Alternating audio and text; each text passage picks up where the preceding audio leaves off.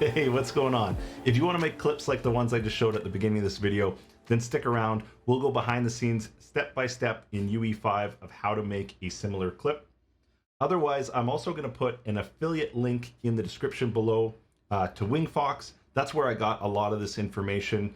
There's much more detailed and in-depth professionals to teach you some of these skills on Wingfox. I'm also going to include a discount code below through that affiliate link if that's something that interests you. Otherwise, we'll get right into the material here and I'll show you how you can create something like this yourself. A little behind the scenes, a couple of weeks ago, I was approached by Wingfox and they basically came in and said, hey, we like your channel. We've got a website that promotes courses and tutorials and we think there'd be a good partnership. So why don't you take one of our courses for free? And if you like it, promote it on your channel. So number one thing is if I don't like something, there's no way I'm going to try and sell it or promote it for somebody else. But spoiler alert, I actually really enjoyed the course that I took for free. There was a ton of value. Knowing what I know now, I would actually go back and pay for the course. I've referred to it multiple times a week now to go back and pull out some of the information that I learned from taking it. I thought it was really well done. So just quickly, a little bit about the site. If you do navigate to it, it's pretty straightforward. It tells you about all the different industries where their courses are geared towards. In their courses section, you can search for specific courses. Because on my channel, all of my learnings are geared towards Unreal Engine for the most part. If we searched for Unreal Engine, I'll show you a quick little tip to find courses that are geared specifically to the platform of your choice. They don't have a filter by platform, so I just found this sort of, sneaky way to search down into the platform of your choice. So if I just clicked on this one course here, and in most of the courses when you navigate in them, they're going to have these little icons in this section. And this one, for example, is telling you that the platforms that it teaches on that you'll require are Substance Designer, I think that's Substance Designer, Maya, and Unreal Engine. So the sneaky little workaround filter is that I click on Unreal Engine here, it'll now find all of the courses that are associated to Unreal Engine that also have that icon.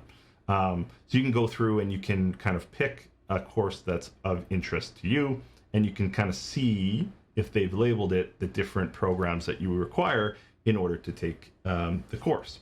I'm just going to navigate and find the actual course that I took here. And I selected this one, creating feature film VFX using Unreal Engine and RTX. There's about 10 courses that I narrowed down that would have fit into my specific wheelhouse, and I ultimately landed on this one to try. You can see here it's got Unreal Engine, Blender, Mixer, all things that are free out there in the ecosystem. And then it also has some stuff on After Effects. So I'm going to peel away the After Effects stuff, not going to share any of that. I don't think that's necessarily geared to this audience, and it's not free. The other thing to keep in mind is this course is 8 hours long, so a couple of things. One, I'm not creating content that's going to cover everything that was in this course, and two, I don't think it's fair to the website or the instructor if I went and regurgitated all the material. So really what I'm going to do is narrow down the workflow, some high-level features, and share them with you that I think are reusable in sort of my workflow and helpful to you. But know that there's a ton of value left in this course. Like I said, I refer to it regularly, and there's a bunch of other courses out there that seem pretty interesting on their website. So here's the scenes that were used to film, the 30-second clips at the beginning of this video. So first we got this little space scene that we were put together. This is the scene that I basically followed almost step by step in the tutorial. Obviously, I changed out a few things to make it, more my style. But for the most part, I followed pretty closely a lot of the steps that he made. And you can see one of the things off the bat that I want to make sure that you understand is that this isn't a series on level building. This is going to be a series on scene building. So as soon as you leave the scene, you can see that things break apart and fall apart, right? So this wouldn't be used in a game or whatnot, but if you were drafting an individual scene, for a movie, or parts of an overall level, you could follow this for that. I think there's a lot of good information in there for that. So the other project that we're going to take a look at, and this is actually the one that we're going to build today, is this one, this sort of island oasis level that we created. I'll just flip through the shots here quickly so you can get an idea of all the different sort of things that we're going to build into this scene. Yeah, so that's it. So rather than continuing to show you what I've already done, why don't we get into the actual building of stuff? So every good project is going to start with some sort of level of planning, especially a artistic or, in our case, digital art project. We're going to start with the landscape itself. And we need some references. If we're going to build something that's world-like or semi-world-like, we should have some references on site. That'll help us navigate a lot of problems when you're trying to build a scene by memory. So there's a site called PureRef, and this will really help us speed up our workflow. Let me just show you this. If you navigate to the website, go to Get PureRef, a couple of different options for different types of computers, and then you can select a purchase amount price.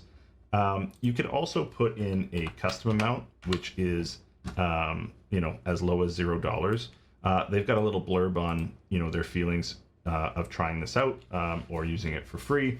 I would suggest it's pounds or a couple of dollars. Put something in and pay for it, or try it out for free with me, and then come back if you really like it or you're finding you're using it lots. Maybe contribute a small amount to the developers. It's nice to have free tools, but it's even better for people that are putting out these free tools for us to compensate them if we truly find value there. So that's PureRef. So once you got the application fired up, this is kind of what it looks like. You'll use the right mouse button to move and pan the actual tool around. You'll notice it doesn't have any toolbars or anything. You'll use the middle mouse button to actually pan within the tool itself, and you'll use the left mouse button to select and drag or move around references in the object. If you right click within the program, you can go to help or about or settings, and you can look up the different interfaces and controls that you can use to utilize this program. There's ways, I think, to change the opacity if you're using it for other purposes and things like that. It is a pretty cool tool. What I like the best is that, let me just pull up a website here, is this. This is the coolest part. Not a whole lot of tools that I've worked with actually do this. Is if you go to Google and you type in the type of landscape, in our case, we're doing like a Hawaiian island lake. Perfect. Hawaii island lake. And you go to the images, you can actually just drag and drop images right from the website into the tool. Like, how cool and how quick is that? That's pretty awesome. So I really like that part of it. Oh, it dragged in some other little small ones. Let's get rid of these. I really like that part of it. I use Pexels, and I made reference to Pexels. I put a video together a couple weeks back where I shared thousands and thousands of different free resources that are out there, different websites and whatnot that you can use to get different images and whatnot. And I really like Pexels. So I'll put a link to the description. I'll put a link in the description below about that video I made previously. And you can see a whole bunch of different other places to get really cool assets. Anyways, Pexels has a lot of 2D videos and flat images. So if I just searched up Hawaii here, you can see again, it's got a whole bunch of images, and you can drag and drop those in. Okay, so the purpose of what we're doing here, if I use the middle mouse button, by the way, and scroll wheel in, I can scroll wheel in to zoom in on these pictures. And then I can press the mouse wheel down to sort of pan around. But the whole point that we're, with this, what we're doing is we're trying to get a whole bunch of images for reference material on what we're going to build. So we're going to build, like you saw, in the end result, a sort of Hawaiian or like island sort of kind of volcanic, maybe volcanic sort of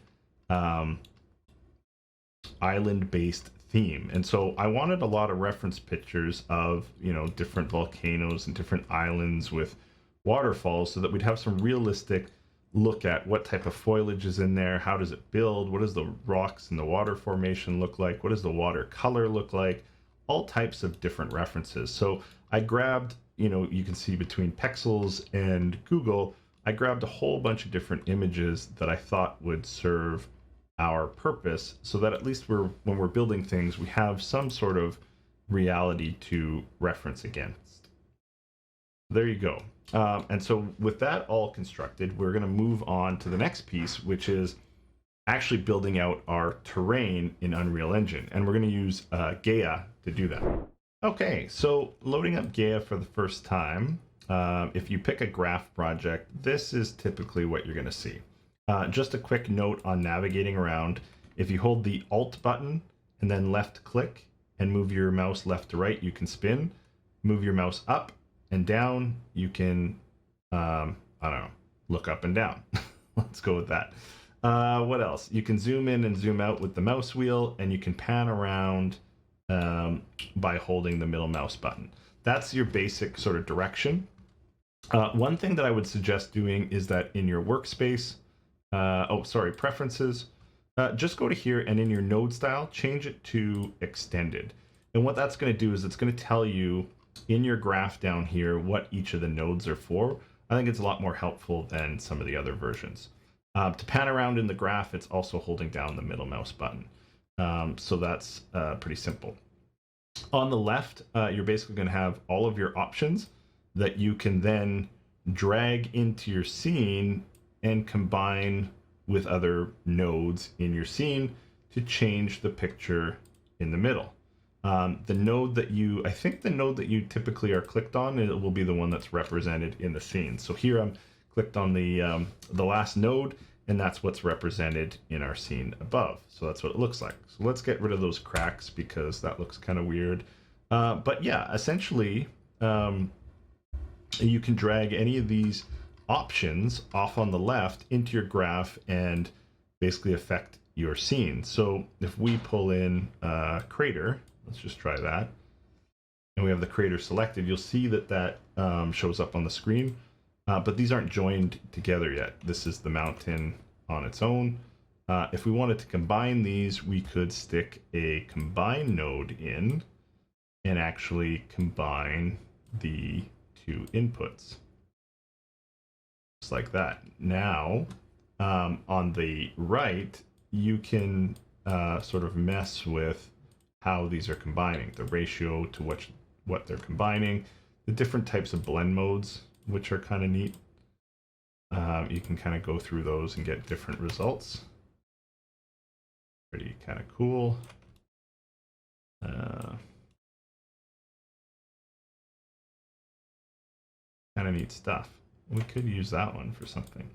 Anyways, that's sort of the general introduction into how to navigate around in Gaea. I've already got a project file created from the jungle scene that I made. So I'm just going to load that up. And this literally, I created this in, I want to say less than 2 minutes, as I didn't watch any tutorials and I was just playing around with the different things and trying to figure out how this worked. And this is sort of what came out. So this, when I saw it, I was like, oh, that kind of looks like a Hawaiian volcano type sort of island. So I just went with it. So if you want to create this, then follow these nodes. Take a badland, output to both the mountain and the erosion mask. Put it into the erosion on this side, and then from the erosion, output it into auto level. And you should get the same shape that I have here. When that's done, all that you do is you mark the node that you want to export, and you just come up here, you right click on the node, and you come up mark for export, or you can just hit F3. And that marks that node as the height map that you want to export. Up on the top right, you can go away from this like combination panel, and you can go to build, and you literally just You can change these to PNG because that's the type of file that we're going to use. The free version only allows you to export in 1K. You can leave all these settings the same, and you can just hit start build.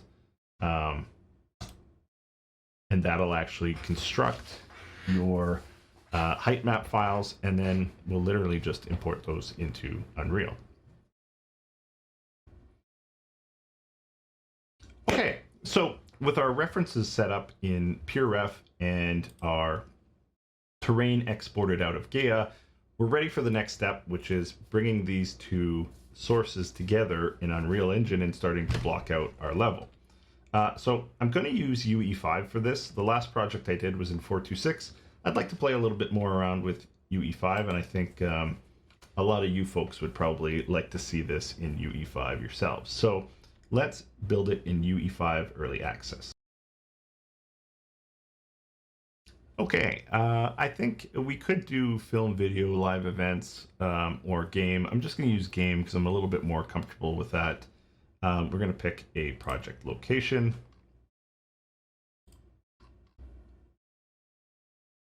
That's fine. And let's just call this, I don't know, Island Lake project. Blueprints is good. Desktop, maximum. Starter content, sure. We don't need ray tracing. And let's go ahead and create this.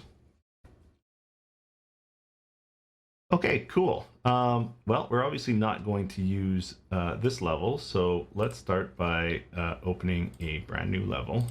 I'll just pick default, and that's all fine. So the first thing that we want to do is we want to import our new terrain. Oh, here. Activate landscape editing mode. That's the guy that we want. Cool. Here's our landscape. And we want to import from file. So that's just over here on the left. Click import file, and let's go find the height map that we exported out of Gaea. Auto level was the last node that we had, so that's the one that we want to import. There we go. There's our guy. So a couple things to note here, depending on how big you want this thing to be. That seems like a reasonable size, but there's a couple things. So height map resolution is 1K. We know that because that's the most that we can get. If you wanted to scale the level at all, if you didn't like the scale that it came in, you can use the Z. You don't want to touch any of these other ones, but the Z you can absolutely move around. In our case, we're going to leave it at 100. It should be fine. Section size, you can adjust this as well, depending on what you want to do. You can kind of see the difference there. You get a little more space on the outside. Things like that. I think 63 by 63 is reasonable. Let's just see what 2 by 2 does. Yeah, it kind of messes with us a bit. I'm going to leave it by 1 by 1. 1072. This is all fine. Let's just hit the import and see what happens. Okay, so we'll want to get out of the landscape mode so that we can kind of float around this level. So we're in sculpt right now. We want to get back to select editing mode, and then we can kind of zoom around our level and see. So the first thing I'm going to do is I'm going to speed up the camera a little bit, maybe to 6 and 3, and that should allow us to, yeah, float around the level at a little bit more of a better speed. Cool. Yeah, that looks pretty good. So we're gonna stop it there for today. I want to keep these videos down to like 20 minutes in size. Keep them nice chunks so it's not overwhelming.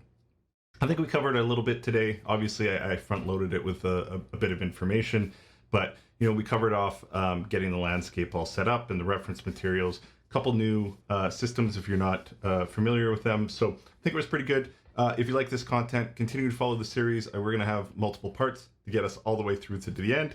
And if you enjoy the content, obviously like and subscribe. And don't forget that if you do want more learning, that I am putting the affiliate link in the description below. I do collect a little bit for any referrals that I send that way. That's not what this is about, but if you do want to use that link, there is a discount code below as well. So thanks for joining me on the journey, and we'll see you in the next episode.